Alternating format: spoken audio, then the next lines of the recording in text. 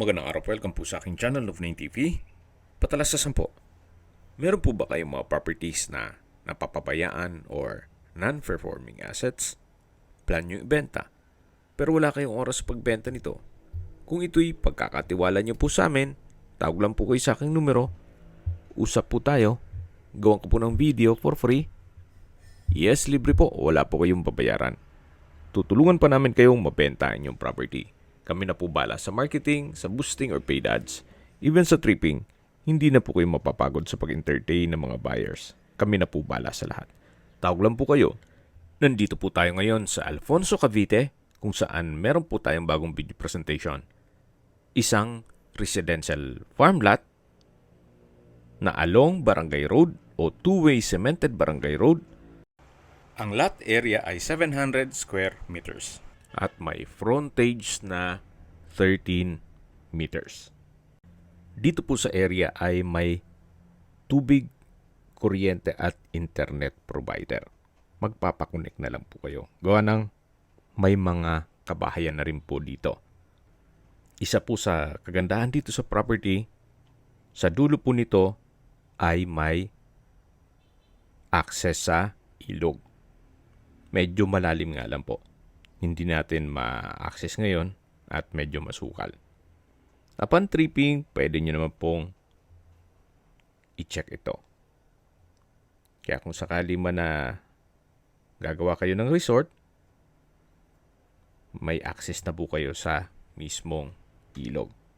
At ang kagandahan po sa ganitong sukat ng lupa na 700 square meters ay less maintenance. At dito po sa loob ng property ay meron pong mga fruit-bearing trees gaya ng saging, langka, lansones, at maraming pa pong iba. Meron din pong 4 na puno ng mahogany. Kung hanap nyo po isang maliit na property at hindi naman ganun kalakihan ng budget, well, you might consider this property. Tunghay nyo po itong napagandang lupain kung saan napakatahimik po ng lugar, sariwang hangin, at malamig po ang klima. Malayo na rin po ito sa 14 kilometers danger zone ng Taal Volcano. Ito po ay nasa mataas na lugar. Ang estimated elevation above sea level ay 1,347.4 feet. Kung gagawa nyo po ng bahay bakasyunan para sa inyong retirement, okay na rin po itong ganitong sukat ng lupa. Then kung sakali man po na magninegosyo kayo at gawin nyo pong staycation business, pasok pa rin po. Gawa ng malaki na rin po itong 700 square meters at sa dulo, mayroon pang ilog. Okay, sa distance, location at travel time portion na po tayo. Mula po sa bayan ng Alfonso, ang distance is 2.7 kilometers at ang travel time is 8 minutes. Kumpleto na po doon gaya ng public market, groceries, convenience store, remittance center, banks, schools, church at hospital. Yan po yung lagi kong binabanggit sa aking video na dapat nyo i-consider sa pagharap ng property, yung meron pong malapit na hospital. Hindi ko naman po sinasabing sakitin kayo. Yan naman po for emergency purpose lang naman.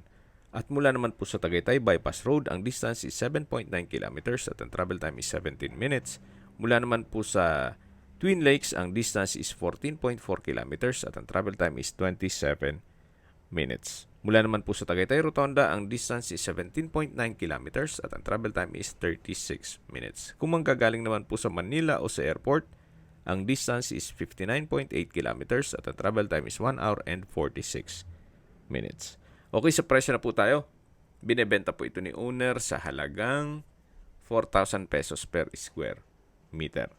Kung may mga katanungan po kayo, tawag lang po kayo sa aking numero. At sa mga kababayan naman natin nasa ibang bansa, meron po akong Telegram. Sa mga iPhone user naman, may iMessage. Meron din pong Imo, Skype, Viber at WhatsApp. Same number lang po, 0917-316-3399. Sa mga nagtatanong naman po ng aming Facebook, meron po aming Facebook page na Nov9TV at Facebook Reel Video. Meron din pong TikTok at Instagram. May ibang YouTube channel po kami na The Nov9 TV channel, Nov9 TV Listings, Nov9 TV On The Spot,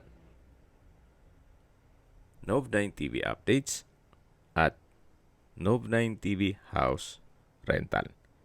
Sana po naibigyan nyo ang video presentation. Paki-like and subscribe na lang po sa aking channel para ma-update din po kayo sa aking future listings. Kung sakali po hanap nyo mas malaking sukat ng lupa, meron din po kami ibang listings na pwede nyong pagpilian.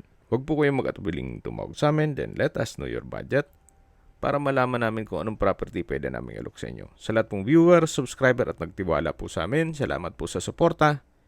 Ingat po kayo lagi at yung pamilya. Maraming salamat po.